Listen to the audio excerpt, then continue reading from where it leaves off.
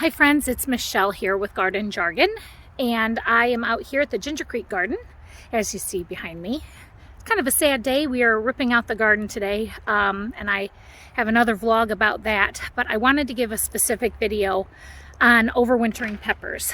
In Grow Zone 5B, it's always a good idea to find your favorite peppers in the garden and overwinter the plants so that it can produce for you better next year. Overwintering means that you're just putting it in a pot in a dormant environment, like a cool, dark, like your basement or a cellar, and you water it a little bit every once in a while just to keep it from dying.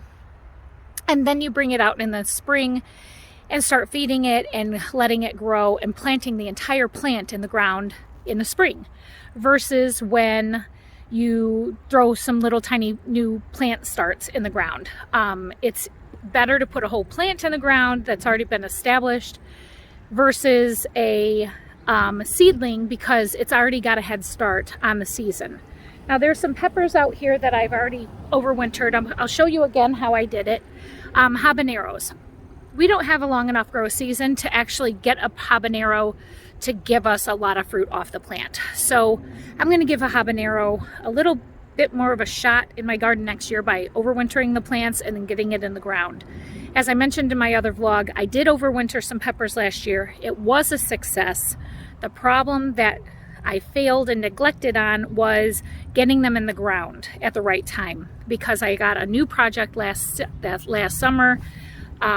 Well, the summer of 2021, the spring is 2021, I started a new community garden, and all of my energy and time went into that. And I did not get the overwintered peppers in the ground like I wanted to. So they did die. They did last in the bucket. They did flower. They did have some fruit on them, but they did not thrive as I'm sure they would have if I would have put them in the ground. So that's not a product of me of bad overwintering. It's a product of me having neglect when I brought them out in the spring. So overwintering in Grow Zone 5B is actually something that's very successful for you to pull your plants out of the ground at this time of the year, which is October 30th today. It's beautiful out. It's about 50 degrees. And I'm going to take you over to the overwintering station that I've kind of set up so I can show you exactly what I'm doing. Flip the camera around. So what I have on the ground here is pepper plants that I pulled out of the ground. I just pulled them directly out of the ground, kept the roots intact, shook all the soil off. This whole pile here is hot banana peppers, which produced really well for us this year. This is a mystery pepper. We have no idea what these are. I think we picked all the peppers off. Here they are. Little bitty green peppers. They were marked as serranos. They're definitely not serranos, and these pepper plants were about 3 feet tall. I've never seen these pepper plants before, so this was obviously mismarked on the package. And then I have giant jalapenos. I got about 5 giant jalapeno peppers over here, because those produced really well for us last year. So we're going to go ahead and overwinter these as well. All right, here we go. So I'm going to be overwintering some banana hot peppers today and some giant jalapeno peppers. And the supplies I have, obviously you saw, was some potting soil. I got it nice and moist, not to where you can squeeze water out, but just enough to make it not powdery. I want it to penetrate. When I water it a little bit in like 10 days to 20 days, I want water to go into the soil and soak up. I don't want it just to run out of the buckets. So that was a mistake that I made last year. I put dry soil in there, took it in the basement, so as soon as I started watering it, the water would run right out right away. So I want it to actually have a little bit of substance in there that it's going to hold water when I water it. That's why I'm using potting soil this year and not just the whole root ball and earth dirt, which is what I put in the buckets last year. So I have a bucket. This is a 1.75 gallon bucket that I got from a nursery. I'm just going to fill it for about 4 inches in the bottom. So it's about that full right now. This is a hot banana pepper. You can see the root ball at the bottom. I'm going to go ahead and stick that into the plant.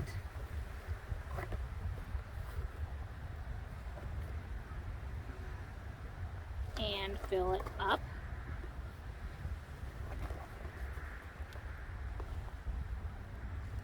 With the potting mix. I'm also stabbing my fingers down into the soil to make sure that I'm really packing the soil in around the roots. Don't want any air down in there. I don't think overwintering for the next 6 months is really going to give it time to get root rot, but just to be on the safe side.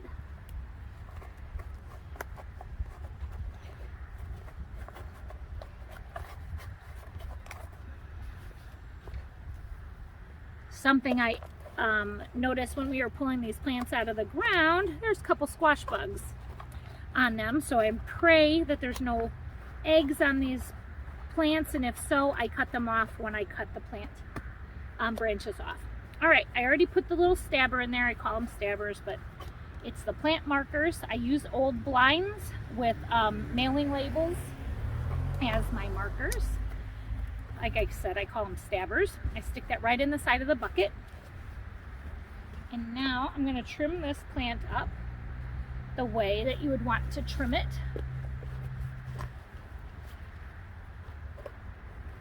So, let's see. Put some more soil in there.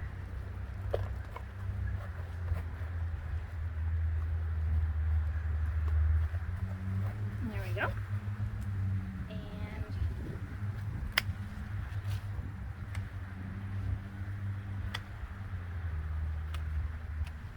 So dramatic when you're trimming up a plant.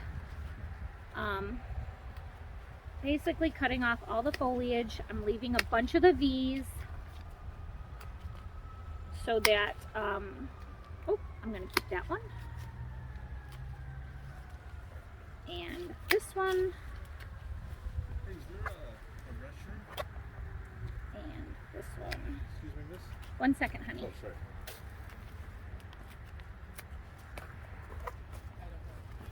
So that's how you would plan or trim up your plant, just like that, so that you can overwinter it. Now when I take this home, what I'm going to do is I'm going to sprinkle the bottom of this, or the top of the soil, with cinnamon, just ground cinnamon. That helps ward off some ants and pests.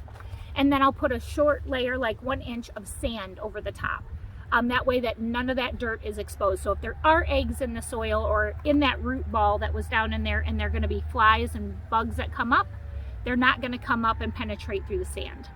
So that's what I'm going to do there. So that is a hot banana pepper. And I'm going to continue to do that for 4 more hot banana peppers and 5 giant jalapenos. I'll be right back. So when you're trimming up your plants for overwintering, they say to go from the bottom of your plant up to a V, continue up the branches of the V, and then trim here.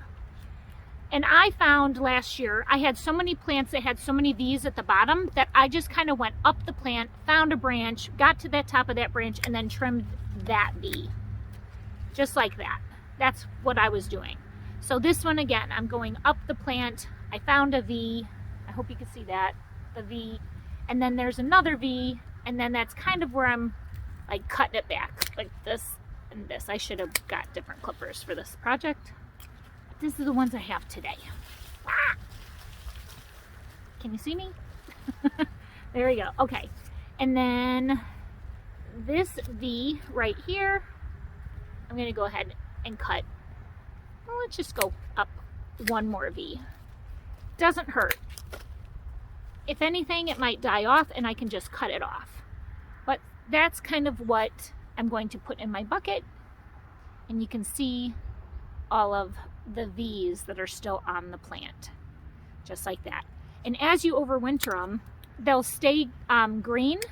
Once they start turning brown, that's when you get a little nervous because you might have killed it. I'm going to go ahead and put that in my bucket and put the soil in there. I made a new plant marker. Put that in there. Some of my plants grew crooked because we didn't give them support in their early years, in their adolescent years. And so I'm straightening them out as I put them in these buckets. And they will straighten up in the spring when we get them in the ground. Again, I'm putting the potting soil around the roots, and I'm stabbing my fingers down in there to pack it in really good with the roots.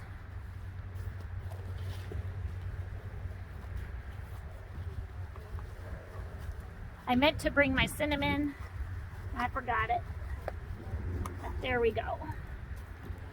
I'd filled it a little bit with soil in the beginning. I put the root ball in there.